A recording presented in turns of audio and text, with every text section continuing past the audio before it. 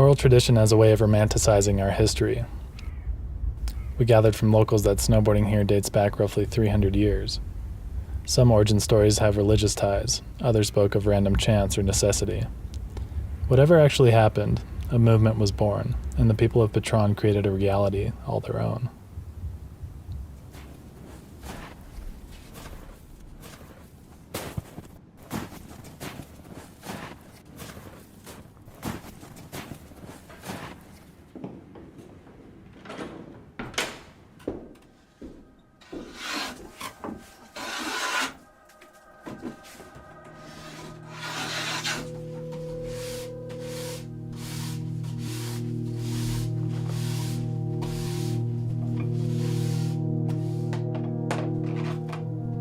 As I flip through an endless scroll of images on my phone, I'm reminded of all the places I've visited, people I've met, and stories I've heard along the way.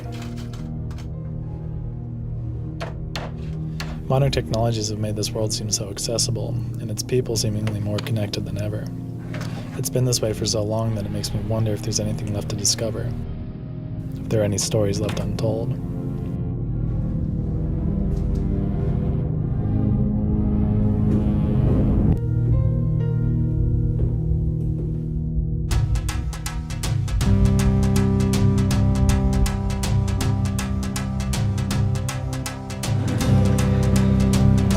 When I mentioned our destination to family and friends, I received a lot of the same questions.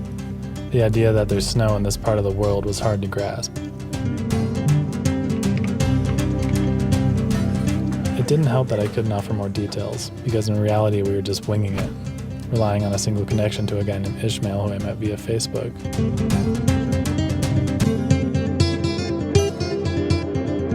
So here we are, Turkey.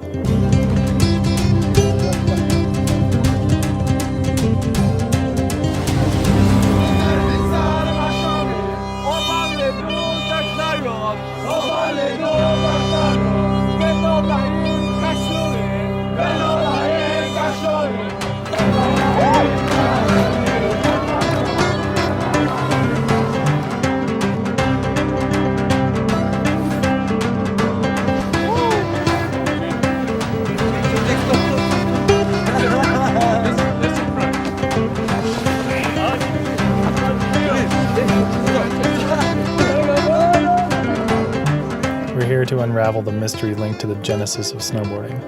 The tale of a mythical snowboard culture passionate about riding and making turns just as we are some 6,500 miles away. Could this be the original snowboard?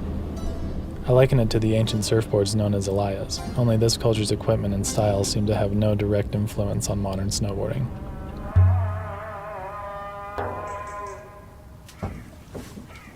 This guy is named Hazir.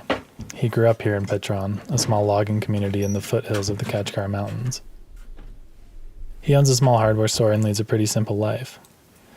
Aside from his efforts to preserve an ancient board riding tradition unique to his hometown, he's just a regular guy. How the Patron board came to be may always be a mystery. As Hazir remembers it, there was once a young boy who was tasked with cleaning his father's prayer mat. The boy had done this chore so many times over the years that it became redundant. So one time, instead of scrubbing the board with his hands like he usually would, he used his feet and pushed it around in the snow. Something clicked, and he realized that with the right slope, he could glide on the snow with the prayer mat beneath his feet.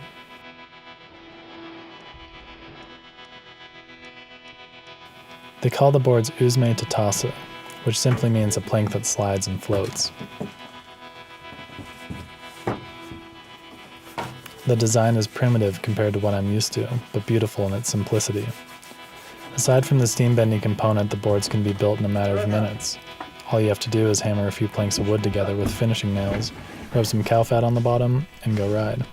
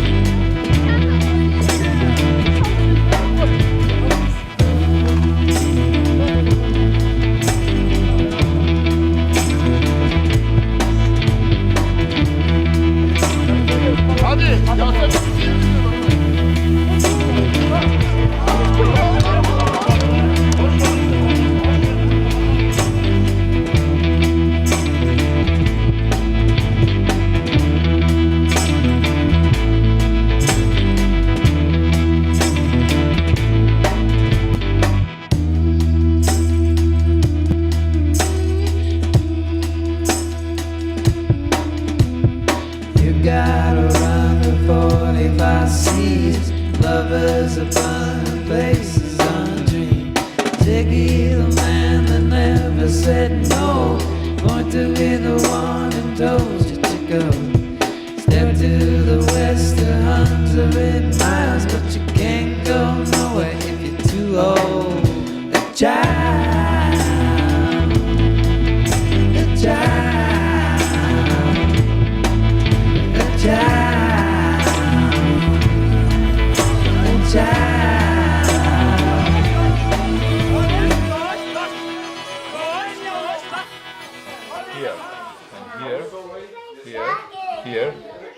Here. Okay. High range. Yeah. That's Dübe olgunlar. Which one is very popular? Washington, Port Orange, the other Apple. Yeah.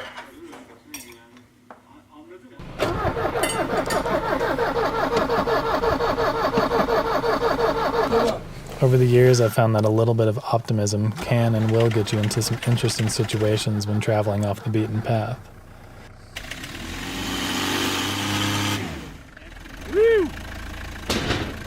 Nice work. I wonder sometimes if I've become dangerously comfortable with the feeling of voluntarily getting into an old vehicle, piloted by a total stranger who doesn't speak English. In this case, we're riding on the outside of a snowcat after being smoked out of the cabin by an exhaust leak.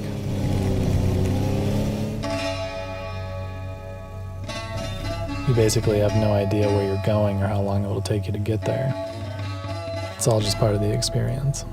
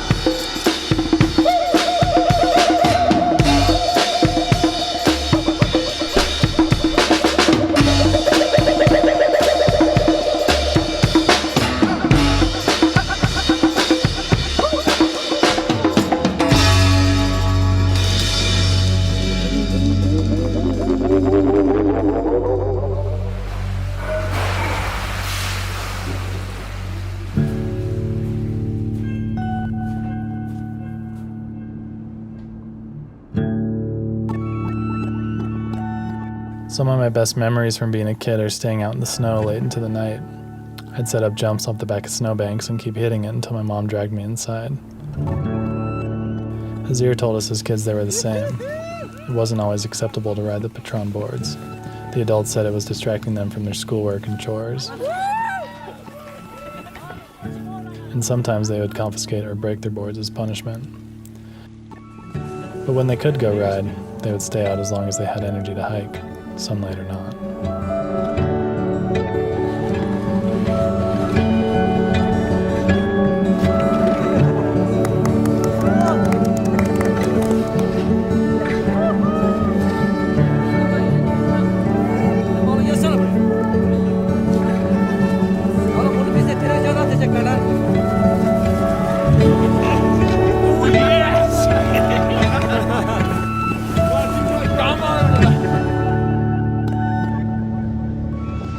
older I get and the more people I meet like you, the younger I feel and the more I feel like I have a longevity in this life.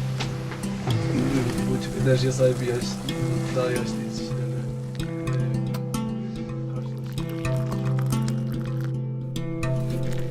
As I tell you the story of Patron, I'm having a bit of a journalistic dilemma. I'm not sure if it's right to expose this isolated culture that's practically ungoogleable. Hazir assured me that our presence was valuable, and what we create may help his culture live on. He says the youth is so caught up in social media and popular entertainment culture that they're simply not excited about Patron boarding's cultural significance. I'm told they don't care to learn the craftsmanship, and as soon as they're old enough, most of them will move to the city. Hazir would like to see his son share this passion and pass it on to his children. He's meeting with local government, pitching festivals and workshops to keep the youth involved in Patron boarding. But when we asked him how that was going, his cache of optimism seemed to be all but dried up. He expressed to us how the world is changing, how life isn't as simple as it used to be.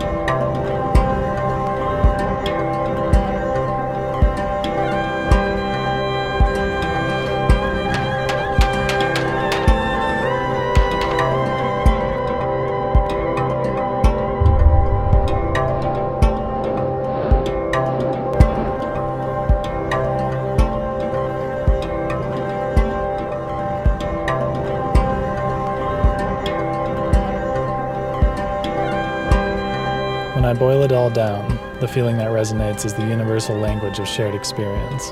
The uninhibited kindness of the Turkish people that welcomed us into their homes for tea and pulled us into their circles to dance with nothing but smiles and nods to communicate. Your name? Nick, my name's Sabri. And the people like Hazir, the stewards of cultural arts, activities, and simple ways of life bound to nature. After all, it's impossible to experience the peak before you've explored the foothills.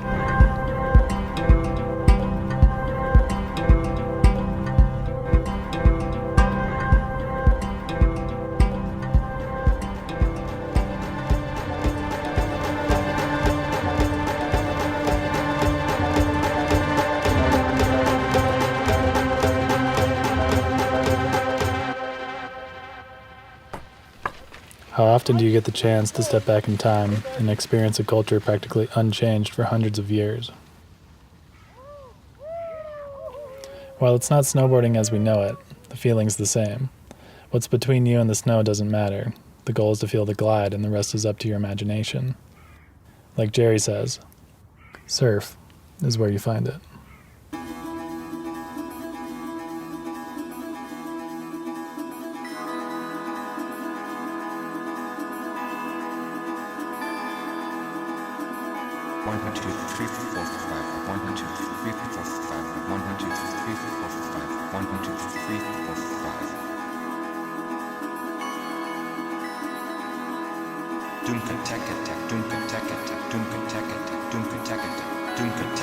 Dunka